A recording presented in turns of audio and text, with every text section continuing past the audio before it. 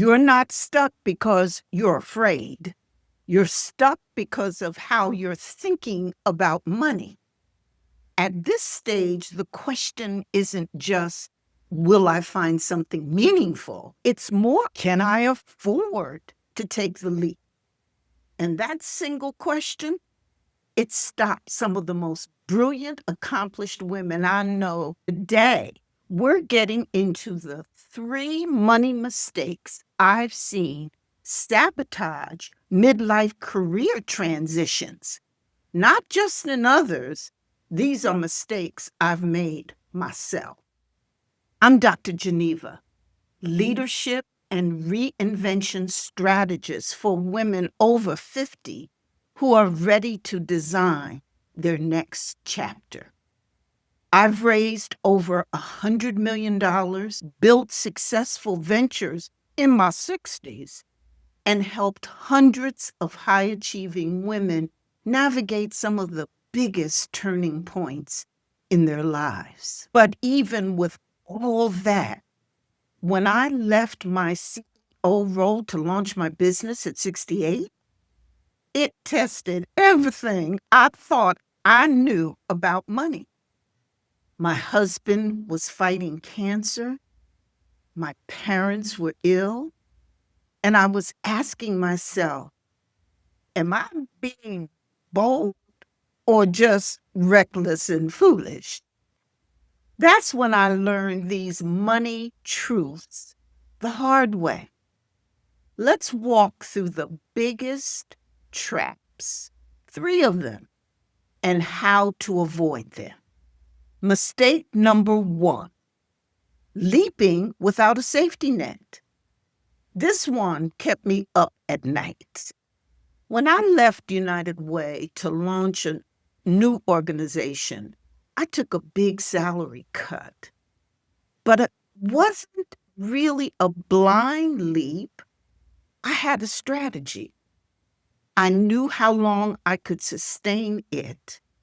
I mapped out my window. And within 2 years, I had exceeded my old salary. Why?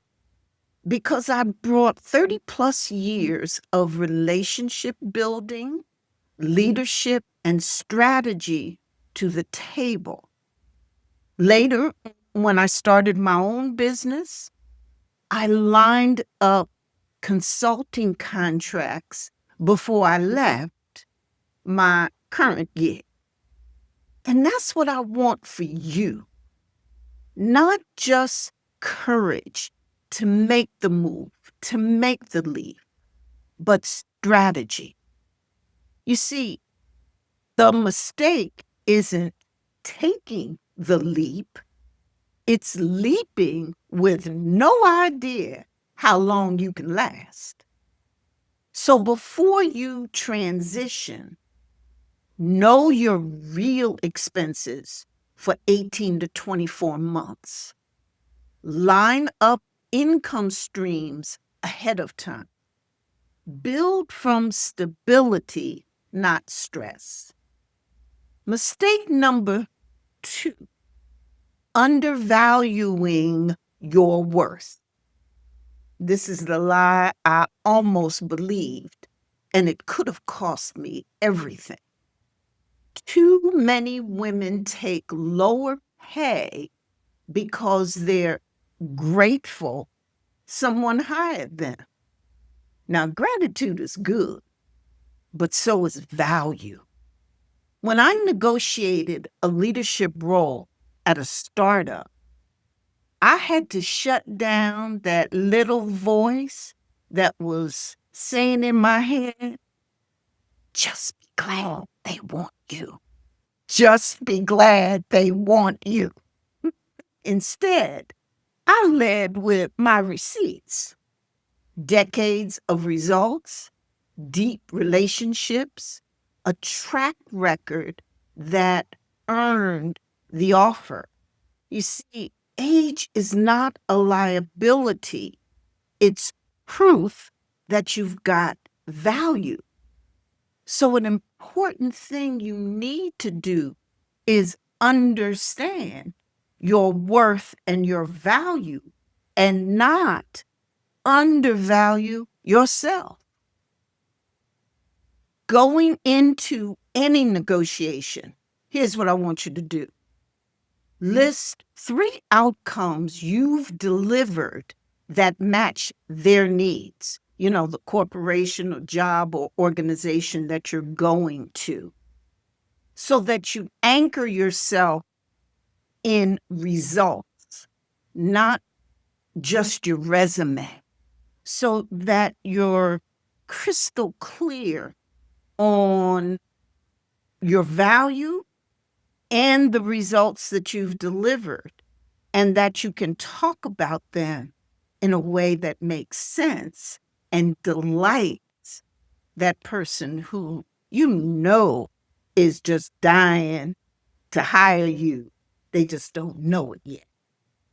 Don't let ageism or self-doubt discount you. Mistake number 3, treating your transition like an expense. This one hit me hard. Early on, I thought, I can't afford to invest in myself right now. But here's the truth. Your career transition, you know, that place in the middle where you're going from the job that you have to your dream job or your next move, that transition is your job right now. And like with any job, it takes investment. When I launched my business, I invested in coaching, systems, visibility, not because I had extra money, but because I knew what I was building was bigger than me. Too many women underfund their future and then wonder why they stuck. You always should invest in yourself. So here's what I want you to do. I want you to create a transition investment budget for coaching, networking, professional development, branding. Set aside 2 to 3% of your ideal annual income. That's not indulgent. That's strategy with vision. Now, the shift that really needs to happen in all this is that financial strategy is how you buy your freedom. So let's reframe what we're talking about here. Smart planning isn't about restriction. It is how you buy financial freedom. With a clear runway, you can build boldly. With clarity on your worth, you lead with confidence. With the right support, you can rise faster. The women who thrive in midlife, they're not playing small. They're finally playing at the level their experience deserves. Ready to stop making money decisions from fear and start leading your next chapter with clarity and confidence? Download my free Reinvention Strategic Action Plan. You know, it's a powerful guide to help you clarify your next move, rebuild momentum, and create a financially and emotionally aligned path forward. Because your next chapter deserves a foundation that supports your dreams, not one that sabotages them. Tell me in the comments, which of these 3 money mistakes have you made or are you most worried about? I'd love to hear your story. And I'll see you Wednesday in the live stream, where we'll dive even deeper into what it really takes to thrive after 50. Don't forget to like and subscribe if this helped you. and share it with a friend who's right on the edge of their next big